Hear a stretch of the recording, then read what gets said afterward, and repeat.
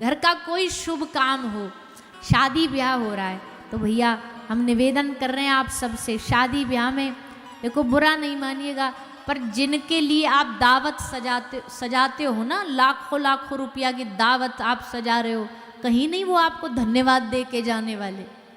जब जाएंगे ना बारात में तो यही कह के जाएंगे सब्जी में नमक कम था, मज़ा नहीं आया। कितना भी खुश कर लो, ये खुश ना होने वाले।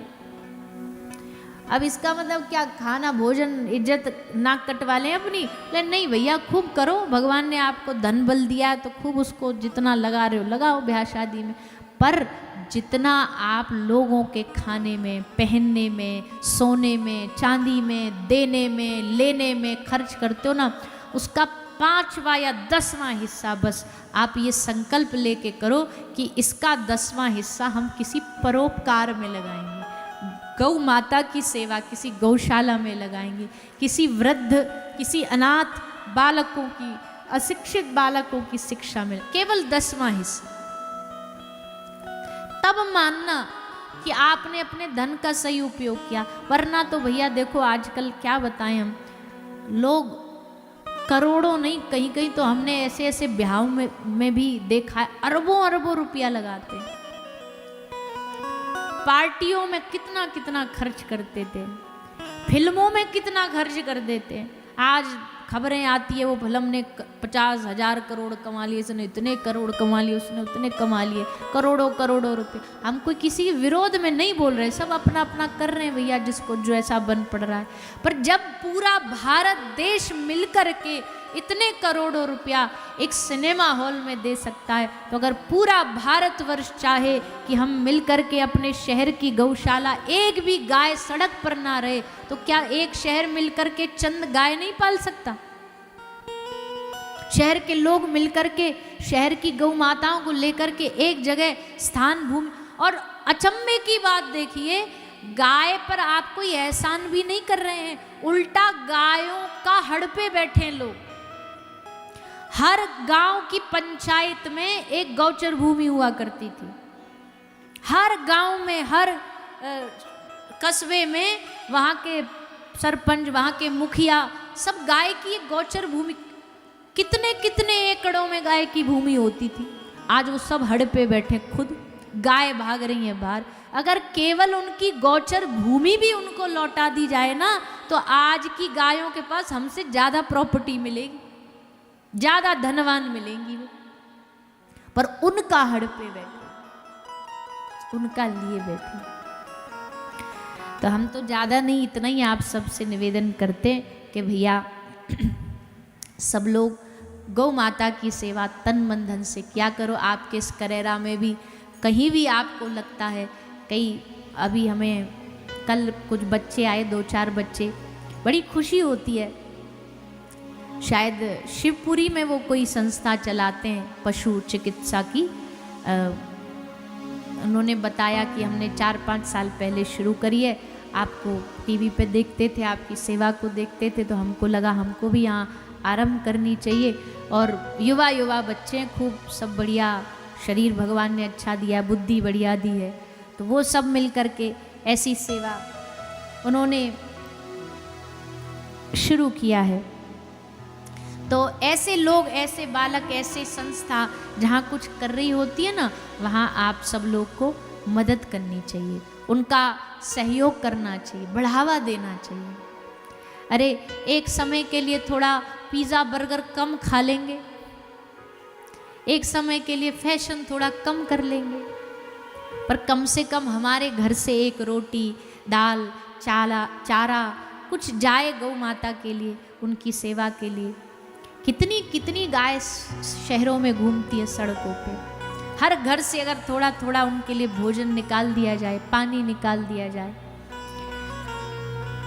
कोई देखे ना देखे भैया, भगवान देख रहे हैं, उनको पता कौन कितनी सेवा कर रहा है। केवल नाम ही हो सेवा से जरूरी नहीं, कई लोग को लगता है कि ये सेवा भी नाम के लिए की जाती है, ना ना ना, क्या नाम कमा लोगे इस सेवा से?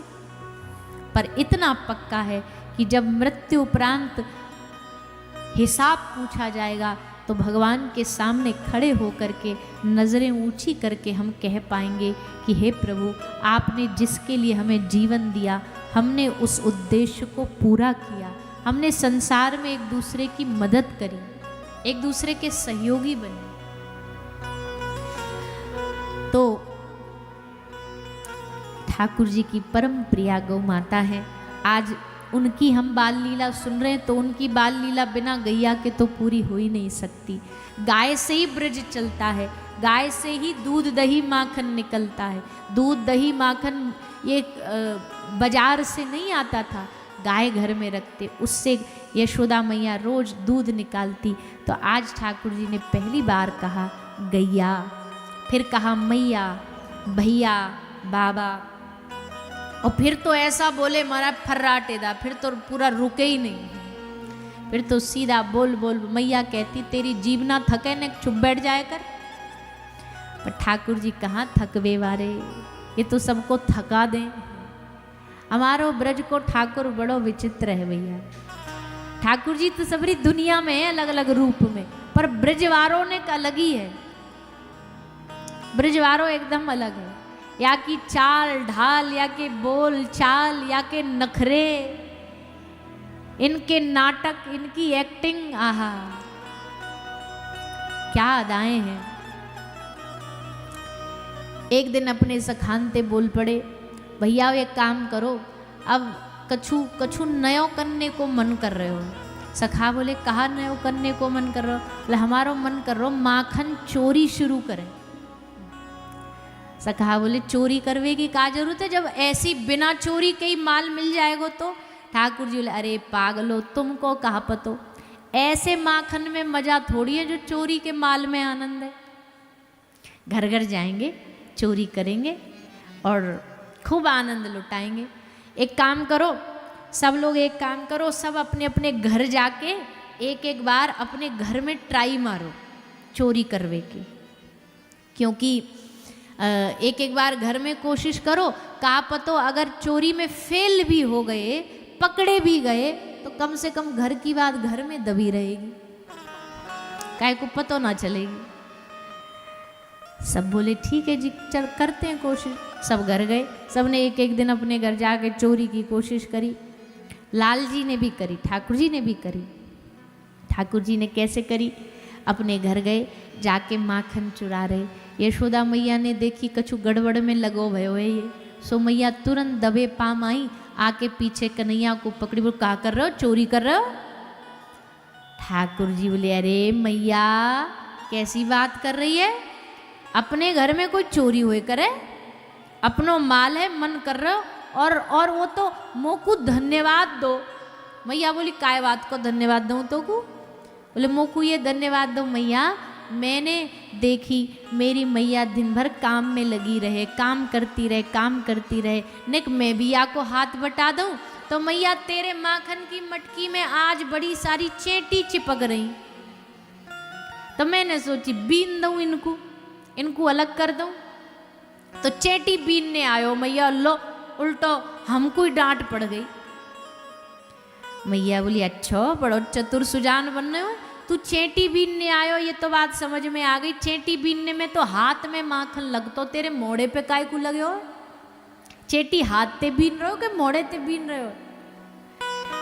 ठाकुर जी बोले अरे मैया भोली भाली मैया, बात चीटी में एक चीटी मेरे पाम पे चढ़ी, पाम ते घुटना पे चढ़ी, घुटना ते जांग पे चढ़ी, जांग ते छाती पे आई, छाती ते गले पे आई, गले ते मोड़े पे आई, और जैसे मेरे मुंह पे आई मैया मेरे हाथ में तो माखन लगोई, चेटी मोड़े पे घूम रही, वाकू हटाने के लिए मैंने जैसे मुंह पे ऐसे करो मैया माखन लग गयो।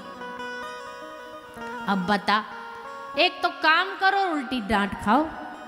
मैया बोली वाह क्या बात है, ऐसो समझदार बेटा छोरा भगवान सबको दे, कितनो सूदो है।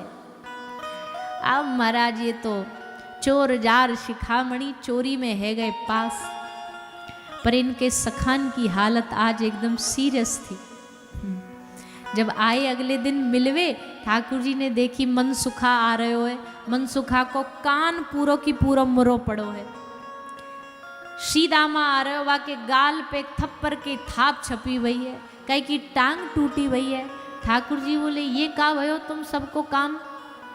सखा बोले लाला तेने कही चोरी करो, हमने चोरी करी। चोरी कर ही रहे थे कि चोरी करते भय पकड़ लिए घर वालों ने, मैया ने पकड़ लियो, फिर जो कुटाई करी, फिर जो मार मारी लाला। ठाकर जी बोले अरे राम राम, तुमको चोरी भी ना करनी आवे। सखा बोले बोल तो ऐसे रहे हो जैसे हमारो खानदानी धंधो हो चोरी करनो। हमने यही काम करे हैं का चोरी के, और कछु काम धाम ना है हम पे ना आवे कोई चोरी वोरी करनी, जा तू खुद कर ले। ठाकुर जी बोले चोरी को मजा तब है जब पूरे गैंग के साथ करी जाए, ग्रुप में होनी चाहिए चोरी, अकेले में मजा ना आवे। अकेले तो हम कब को कर लेते, हम तुम सबको तैयार करेंगे, अपनी एक पूरी फौज तैयार करेंगे। ठाकुर जी ने पूरी बाकायदा एक अपनी समिति बनाई, नाम हमने आपको पहले ही बता दियो, का नाम है अखिल भारतीय चोर मंडल। ये केवल चोरी नहीं करते हैं, चोरी का इंस्टीट्यूट भी चलाते हैं, चोरी करना भी सिखाते हैं। ठाकुर जी बोले चोरी को पहलो नियम, काई भी गोपी के घर माखन चुराने जा रहे हो तो हाथ में पूरे कलाई में माखन लगा के जाओ। क्यों? बोले कभी गलती से पकड़ने तक की नौबत आ गई और गोपी जैसे हाथ पकड़ेगी, हाथ में चिकनो माखन लग रहे होगा, सोई फिसल के भाग जाएंगे। हाँ सही बात है, कैसे कूदना, कैसे भागना, कैसे छुपना, ठाकुर जी ने पूरी ट्रेनिंग दे डाली। एक अपनी मंडली में बना दिया सीआईडी, बा को का काम हो, बा को काम हो, कहाँ आज ताजा माखन निकला है वो इन्फॉर्मेशन लाना, वो ढूंढ के सूचना खबर लाना और फिर कन्हैया को बताना लाला आज फलानी फलानी सखी के घर माखन निकलो चलो। और ठाकुर जी राजी हो जाते, आहा हा आज वाह सखी के घर जाएंगे, आज वाह के घर जाएंगे। सब मिलकर के लाल जी के संग माखन चोरी करवे लग गए।